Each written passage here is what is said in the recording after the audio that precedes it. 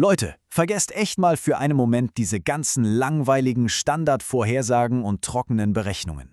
Wenn ihr wissen wollt, in welcher WM-Gruppe dieses Mal das absolute Chaos regiert, wo verletzte Legenden auf hungrige Pressingmonster treffen und wo vielleicht das emotionalste Fußballmärchen überhaupt geschrieben wird, dann seid ihr hier absolut richtig.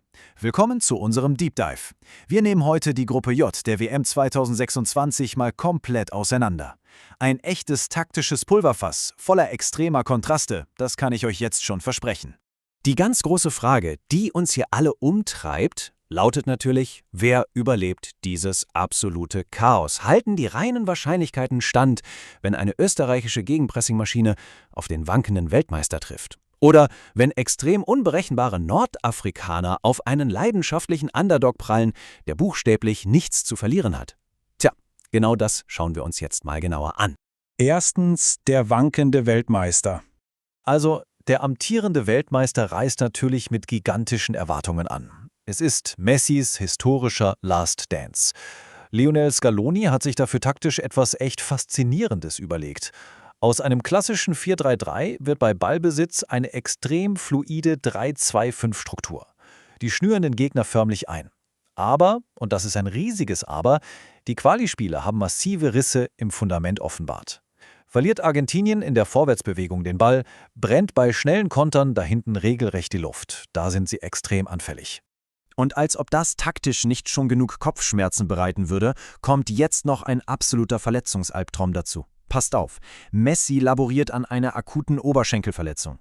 Abwehrchef Cristian Romero, schwere Knieverletzung. Dem fehlt komplett die Spielpraxis. Emi Martinez, die Torwartlegende, spielt mit einem gebrochenen Finger. Ach ja, und Joaquin Panicelli hat sich das Kreuzband gerissen. Wahnsinn, oder? Das ist nicht einfach nur Pech. Das ist eine kritische, strukturelle Schwachstelle. Und glaubt mir, jeder Gegner wird genau da ansetzen. Trotz dieses halben Lazaretts ist der argentinische Kader immer noch so absurd stark besetzt, dass Scaloni absolute Topstars streichen musste. Leute wie Paulo Dybala oder Franco Mastantuono, das Megatalent von Real Madrid, die bleiben einfach zu Hause. Das muss man sich mal auf der Zunge zergehen lassen. Das zeigt einfach, über was für ein absurdes Reservoir der Weltmeister verfügt. Immerhin feiert Giovanni Lo Celso dafür ein immens wichtiges Comeback. Zweitens, die alpine Pressingmaschine. Wenn Argentinien dieser verwundete Riese ist, dann ist Österreich das Raubtier, das gerade Blut gerochen hat. Nach 28 Jahren WM-Abwesenheit hat der Professor Ralf Rangnick diese Truppe in ein echtes Monster verwandelt. Ihre DNA? Kompromissloses Gegenpressing. Sie ersticken dich im Zentrum und suchen nach Ballgewinn sofort vertikal den Abschluss. Dass diese Taktik sogar gegen absolute Top-Nationen hervorragend funktioniert, haben sie ja beim Sieg gegen die Niederlande bei der EM eindrucksvoll bewiesen. Für mich macht sie genau das zum ultimativen Geheimfavoriten. Lasst diese Zahl einfach mal kurz auf euch wirken. Plus 18. Das ist ihre Tordifferenz aus der UEFA-Qualifikationskampagne. Einfach heftig. Das belegt mathematisch ihre enorme offensive Durchschlagskraft und diese extreme Vertikalität ihres Spiels. Die warten nicht auf Fehler ab, die greifen permanent an. Und Rangnick ordnet diesem System absolut alles unter. Der ist da völlig kompromisslos. Er landete einen echten administrativen Coup und holte sich kurzerhand die hochtalentierten Doppelstartler Paul Wanner und Carney Chukwuemeka direkt in den WM-Kader. Im Gegenzug fliegen gestandene Abwehrsäulen wie Gernot Trauner und Maximilian Wöber eiskalt raus. Einfach, weil sie nach Verletzungen nicht rechtzeitig bei 100% Fitness waren. Ein extrem hohes Risiko, das muss man so sagen.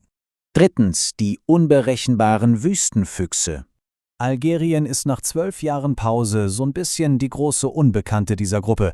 Die stecken unter Wladimir Petkovic mitten in einem tiefgreifenden Generationswechsel und leben von extremen Kontrasten. Offensiv versprühen sie pure Magie. Riyad Mahrez ist im 1-gegen-1 nach wie vor absolute Weltklasse. Rayan Aït-Nouri macht über die linke Flanke pausenlos Alarm und Ibrahim Marza wächst da gerade zum echten Spielgestalter heran.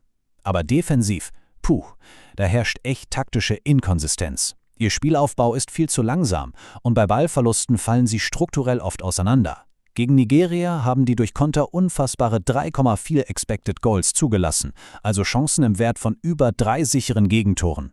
Auf diesem WM-Niveau ist sowas absolut tödlich. Und als wäre das nicht schon wild genug, gibt's bei den Algeriern gerade ein medizinisches Drama, das wirklich direkt aus einem Hollywood-Film stammen könnte. Luka Zidane, genau, der Sohn von Zinedine Zidane, der sich für Algerien entschieden hat, erlitt kurz vor dem Turnier einen hochkomplizierten Kieferbruch.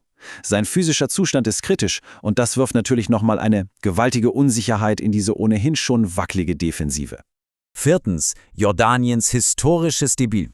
So, wir schalten jetzt mal von Hollywood-Drama auf pure, unverfälschte Fußballromantik um. Zum allerersten Mal überhaupt stehen Jordanien, die Al-Nashama, auf der größten Bühne der Welt. Die Reise hierhin war ein echtes Wunder. Aber intensive Testspiele gegen Teams wie die Schweiz und Kolumbien haben dann doch schon schonungslos aufgezeigt, dass es da massive Tempodefizite in der Rückwärtsbewegung gibt. Und am 16. Juni wartet bei ihrem historischen Debüt dann ausgerechnet die österreichische Pressingmaschine. Also wie wollen die das überleben? Die Antwort von Trainer Jamal Salami lautet schlicht 5-4-1, purer Minimalismus. Ein extrem tiefer defensiver Block. Die Taktik ist denkbar simpel.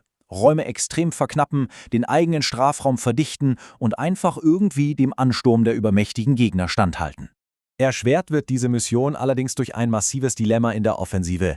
Ihr Topstürmer Yasan Al-Naimat verpasst nämlich das komplette Turnier wegen einer schweren Knieverletzung. Das ist einfach nur verheerend. Die absolute offensive Last ruht jetzt einzig und allein auf Rechtsaußen Moussa Al-Tamari, der in Frankreich eine überragende Saison gespielt hat. Ein kleiner Lichtblick, Kapitän Ehsan Haddad ist rechtzeitig fit geworden. Den brauchen sie auch dringend, um die unerfahrene Abwehrreihe irgendwie zusammenzuhalten. Fünftens, Wahrscheinlichkeiten und Prognosen. Nach all den Taktiken, Emotionen und Verletzungsdramen übergeben wir jetzt mal an die kalte, harte Mathematik und an die Buchmacher. Die Sprache der Wettquoten ist schonungslos klar. Das hier ist eine absolut asymmetrische Gruppe. Argentinien dominiert das Feld als gigantischer Favorit. Jordanien hingegen, naja, bei astronomischen Quoten um plus 3.300 bis plus 5.000 bräuchten die rein mathematisch gesehen schon ein echtes Wunder, um überhaupt einen einzigen Punkt zu holen.